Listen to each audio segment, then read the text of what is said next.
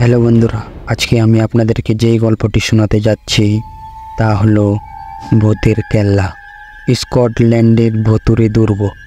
স্কটল্যান্ডের একটি দুর্গ আছে যেখানে বহুবার ভূত দেখা গেছে। ইংল্যান্ডের রানী মা নিজেও এর মধ্যে একটি ভূত দেখেছেন।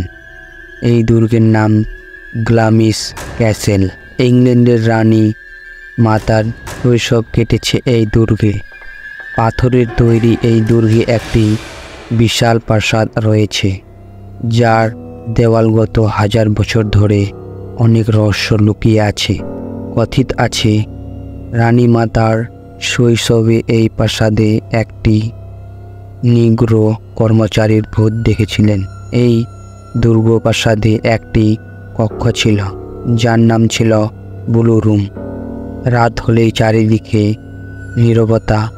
কেউ একজন এসে এই ব্লু রুমের দরজায় কড়া নাড়বে। আওয়াজ শুনে লোকজন সেখানে যে কাউকে না পেয়ে রাজি হয়ে নিজ নিজ ঘরে ফিরে যেত। দুর্গ প্রাসাদ সম্পর্কে একটি কিংবদন্তি রয়েছে যে লোকেরা অন্ধকার রাতে একটি ফর্সা চামড়ার মেয়েকে ঘুরে বেড়াতে দেখেছিল, যেটি দেখতে দেখতে পাতলা বাতাসে অদৃশ্য হয়ে যেত। গ্ল্যামিস ফোর্টের ইতিহাস ট্র্যাজেডিতে পূর্ণ। এই দুর্গ নিয়ে অনেক গল্প প্রচলিত থাকলেও একটি গল্প কাঁপিয়ে দেয়। 133 বছর আগের এই রাতে যে ব্যক্তি কোনো কাজে দুর্গে এসেছিল, সে প্রাসাদের গোলকধাঁধায় হারিয়ে গেল।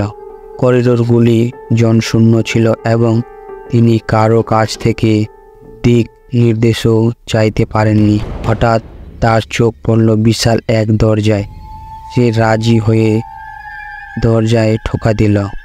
কোনো উত্তর না পেয়ে দরজা ধাক্কা দিয়ে খোলার চেষ্টা করেন।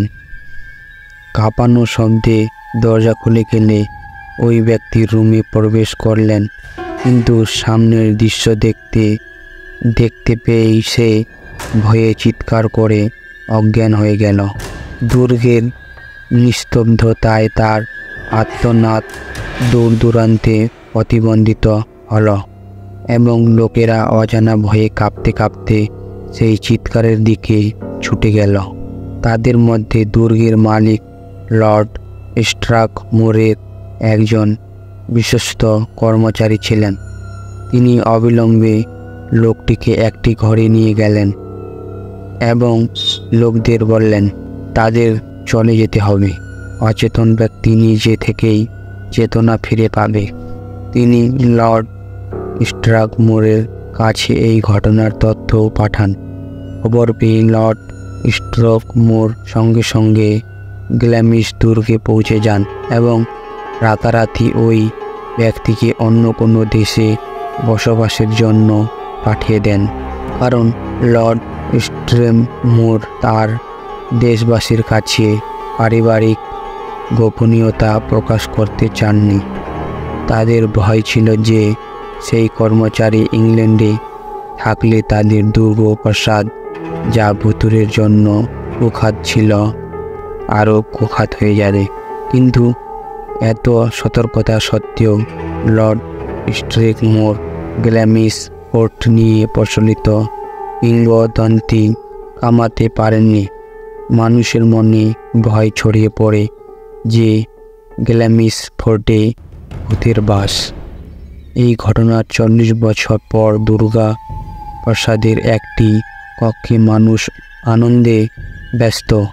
একরকম ভূতের কথা শুরু হয় এবং উপস্থিত লোকেরা দুটি দলে বিভক্ত হয়ে যায়। একদল বিশ্বাস করে যে ভূতের অস্তিত্ব নেই এবং অন্য দল বিশ্বাস করে যে তারা আছে। অবশেষে সিদ্ধান্ত হলো যে আজই গ্ল্যামিস ফোর্টে ঘুরে বেড়ানোর ভূতের খোঁজ করতে হবে। তারা ভূত খোঁজার সহজ উপায়ও খুঁজে পায়। তারা দুর্গের প্রতিটি জানালায় গামছা ঝুলিয়ে রাখে এবং তারপর বাইরে দাঁড়িয়ে সেই গামছাগুলোর দিকে নজর রাখে।